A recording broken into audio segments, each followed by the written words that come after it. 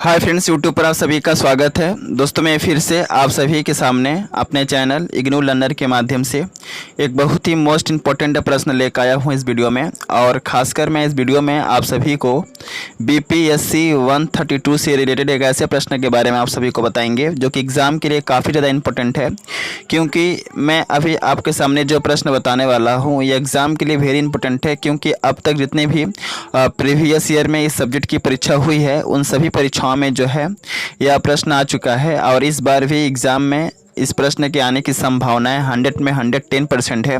सो आप सभी से हम्बल रिक्वेस्ट है कि आप एग्ज़ाम में जाने से पहले एक दफ़ा इस प्रश्न को पढ़ के जाइए, क्योंकि यह प्रश्न एग्ज़ाम में आता ही आता है। ओके, सो स्टार्ट करते हैं। और स्टार्ट करने से पहले आप सभी से एक रिक्वेस्ट है कि जो भी न्यू व्यूअर्स जो कि मेरे चैनल पर पहली बार आए हैं, आप इस चैनल को सब्सक्राइब कर लीजिए, क्योंकि इस चैनल पर आपको इग्नू से related all most important question जो है आपको सबसे पहले वीडियो के माध्यम से प्रोवाइड की जाती है एग्ज़ाम के पहले। और साथ ही साथ जो क्वेश्चन आंसर का जो पीडीएफ होता है आपको टेलीग्राम चैनल पर मिलती है।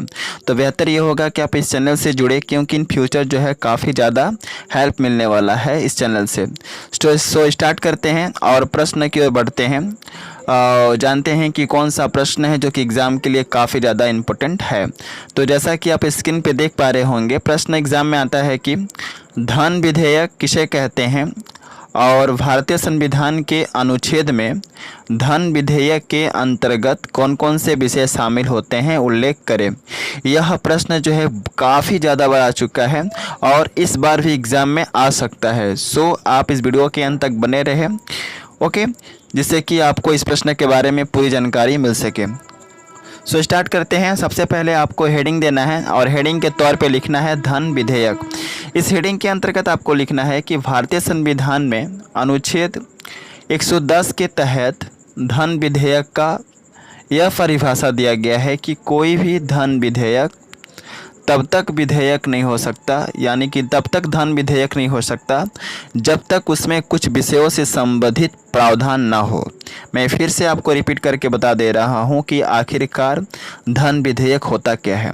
तो सबसे पहले लिखना है कि भारतीय संविधान में अनुच्छेद 110 के तहत कितना, आर्टिकल 110 के तहत धन विधेयक का यह परिभाषा दिया गया है कि कोई भी धन विधेयक को तब तक धन विधेयक हम नहीं मान सकते जब तक उसमें कुछ विषयों से संबंधित प्रावधान ना हो। यह विषय मुख्य रूप से संबंधित हो सकता है जिसके अंतर्गत कर लगाना, यानी कि टैक्स लगाना, कर को कम करना या बढ़ाना, टैक्स को कम करना या बढ़ाना, कर को समाप्त कर देना या उसे बंद कर देना आदि विषय जो है शामिल हो सकते हैं। ओके, किसके अंतर्गत, धन विधेयक के अंतर्गत।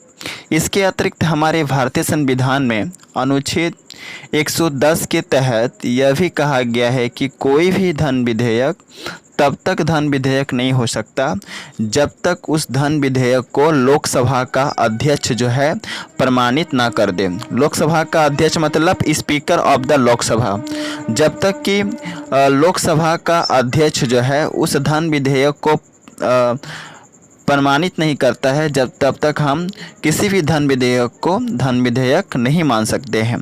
ऐसा प्रावधान है हमारे भारतीय संविधान में। जैसे ही एक बार धन विधेयक को लोकसभा में पारित कर दिया जाता है तो इस धन विधेयक को राज्यसभा के पास भेज दिया जाता है। समझ गए। जैसे ही एक बार किसी भी धन विधेयक को हम लोग इंग्लिश में बोलते हैं मनी बिल। क्या बोलते हैं, मनी बिल। तो जैसे ही एक बार मनी बिल यानी कि धन विधेयक को लोकसभा में पारित कर दिया जाता है तो इस धन विधेयक को राज्यसभा के पास भेज दिया जाता है। राज्यसभा धन विधेयक को खारिज नहीं कर सकती है, इसलिए राज्यसभा को 14 दिनों के अंदर यानी 14 डेज़ के अंदर उसे वापस जो है इस धन विधेयक को लोकसभा के पास भेजना पड़ता है।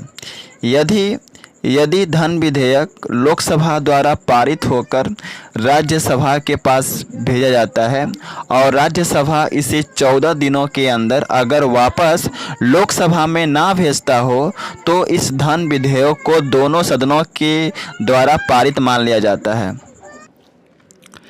मैं फिर से इस पॉइंट के बारे में आपको बता दूं कि जैसे ही एक बार धन विधेयक को लोकसभा में पारित कर दिया जाता है तो इस धन विधेयक को राज्यसभा के पास भेज दिया जाता है। राज्यसभा धन विधेयक को खारिज नहीं कर सकती है, इसलिए उस राज्यसभा को 14 दिनों के अंदर यानी कि 14 डेज के अंदर वापस जो है इस धन विधेयक को लोकसभा के पास भेजना पड़ता है। यदि धन विधेयक लोकसभा द्वारा पारित होकर राज्यसभा के पास जाता है और राज्यसभा इसे 14 दिनों के अंदर अगर वापस लोकसभा में ना भेजता हो तो इस धन विधेयक को दोनों सदनों के द्वारा पारित मान लिया जाता है। ऐसा प्रावधान हमारे भारतीय संविधान में दिया गया है। ओके, अब आपको नेक्स्ट हेडिंग लिखना है और हेडिंग के तौर पे आपको लिखना है कि धन विधेयक के अंतर्गत निम्नलिखित विषय शामिल होते हैं जो इस प्रकार है। तो सबसे पहला विषय क्या है? कर या टैक्स लगाना। कर को ही हम इंग्लिश में बोलते हैं टैक्स। तो धन विधेयक के अंतर्गत पहला विषय यह शामिल होता है कर या टैक्स लगाना। ओके, यानी कि कर या टैक्स लगाना। दूसरा है कर को कम करना या समाप्त कर देना। टैक्स को क्या करना? कम कर देना पूरी तरह से या तो उसे समाप्त कर देना। क्लियर? तीसरा हो सकता है कर को बढ़ाना। यह भी धन विधेयक के अंतर्गत विषय हो सकते हैं। क्या करना? टैक्स को बढ़ाना। समझ गए? चौथा विषय है कि भारत सरकार की ओर से कर्ज लेना। ओके, भारत सरकार की ओर से अगर हम कोई भी ऋण लेते हैं या कर्ज लेते हैं तो यह भी धन विधेयक के अंतर्गत एक विषय होता है। तो धन विधेयक के अंतर्गत विषय क्या हो सकता है? भारत सरकार की ओर से कर्ज लेना या ऋण लेना। समझ गए? फिफ्थ नंबर पॉइंट है राज्य की संचित निधि का संरक्षण करना। यह भी धन विधेयक का एक विषय है। 6 नंबर पॉइंट के अंतर्गत आपको लिखना है कि राज्य की संचित निधि से धन निकालना। अगर हम किसी भी राज्य के संचित निधि से धन निकालते हैं तो यह भी विषय हो सकता है। किसका? धन विधेयक का। ओके, तो यह रहा धन विधेयक के अंतर्गत निम्नलिखित विषय जो कि शामिल होते हैं और काफ़ी ज़्यादा इंपॉर्टेंट है क्वेश्चन है और बार बार जो है परीक्षाओं में पूछा जाता है। आई थिंक आप लोगों को समझ में आ गया होगा कि धन विधेयक क्या है, जिसको इंग्लिश में बोलते हैं मनी बिल पूछे या धन विधेयक पूछे, आपको जो मैंने बताया है यहाँ पर वही लिखना है। और साथ ही साथ यह भी आपको लिखना है कि धन विधेयक के अंतर्गत कौन कौन से विषय शामिल होते हैं। और एक चीज़ मैं यहाँ पर वीडियो के माध्यम से आपको बता दूं कि अगर आपको इसका PDF चाहिए तो आप टेलीग्राम चैनल से जुड़ सकते हैं। मैं अपने टेलीग्राम चैनल का लिंक इस वीडियो के डिस्क्रिप्शन में दिया हूँ। आप जल्दी से उस लिंक पर क्लिक करके टेलीग्राम चैनल से जुड़ जाइए, क्योंकि जैसे ही टेलीग्राम चैनल पर आप आएंगे मैं इसका PDF आप सभी को प्रोवाइड कर दूँगा और साथ ही साथ इसके रिगार्डिंग बहुत सारे PDF जो हैं और वीडियो जो हैं आप चैनल पर अपलोडेड है, वे सारे के सारे वीडियो को देख लीजिए। ओके, क्योंकि उन सभी प्रश्न वीडियो में जो है इंपॉर्टेंट क्वेश्चन बताएंगे हैं जो कि परीक्षाओं में बार बार आते हैं। सो मिलते हैं नेक्स्ट वीडियो में इसी तरह के इंपॉर्टेंट क्वेश्चन के साथ। So best of luck for all of you for exam and thanks for watching my video. जय हिंद, वंदे मातरम।